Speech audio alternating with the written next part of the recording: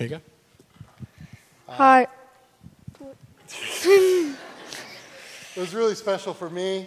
My youngest son, Zachary, was able to be a part of the trip as well, so I'm looking forward to hearing what he has to share.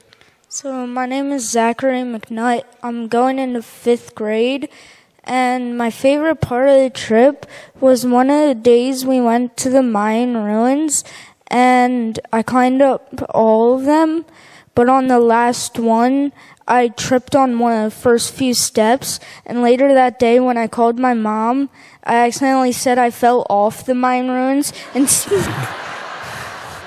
so she freaked out. And something I learned is that you can't always get what you want, and sometimes you have to work for what you want.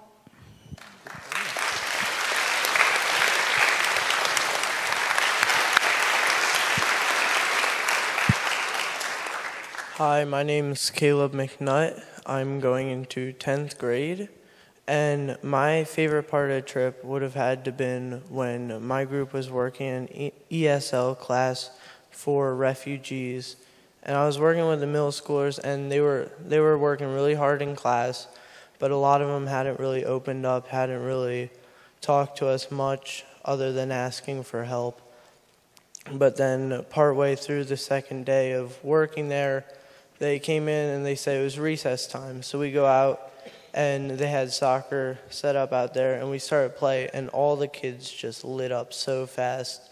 And it was just so amazing to see how excited they were to play with us and to kick the ball around, and they were good at it too. One thing God taught me this week definitely was to trust in the leaders and in Him as I worked and as we were traveling, just to keep trusting, keep faith.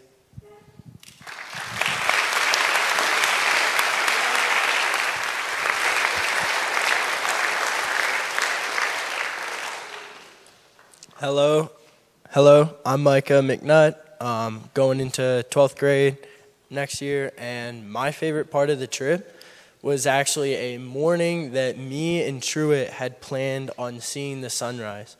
So the missionary we were with, he said the sunrise was from 6 to 6:30.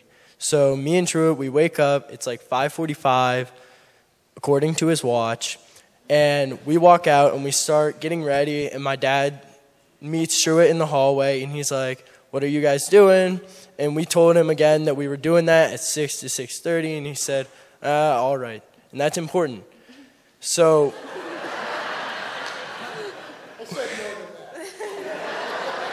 so we go up the mountain, and we're sitting on this kind of like plateau, like concrete, and we watched the sunrise go over the mountain, and it was super cool. And then we were like, we'll go down to the missionary's house, because he always had coffee set up if you were up early, so you can get coffee and chill in some hammocks. So we go down, we're chilling in the hammocks for about 20 minutes, because we thought he was in the house, and we could have sworn we were hearing things.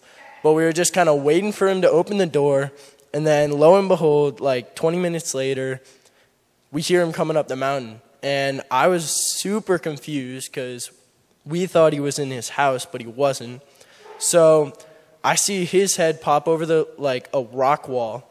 Then I see my dad's, and then I see Megan's and Jeff's head pop up, and I'm like, that's not right. They're not normally up.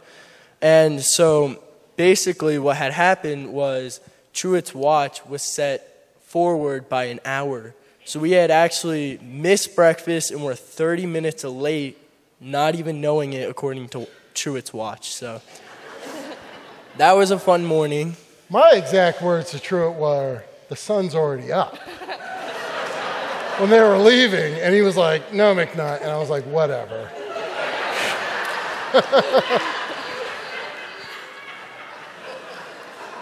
So that was a good morning. There was a lot of jokes, but anyway, so my favorite part, something God taught me over this trip was that anything and everything can be used to glorify God's plan and glorify God. And even though we were painting a house for the longest of time, the reason why we painted the house was it makes it more of a warm, welcoming place for those Bolivian kids who will be staying in that house to just break down their barriers to the point where they can accept God and see the true love that God has for them.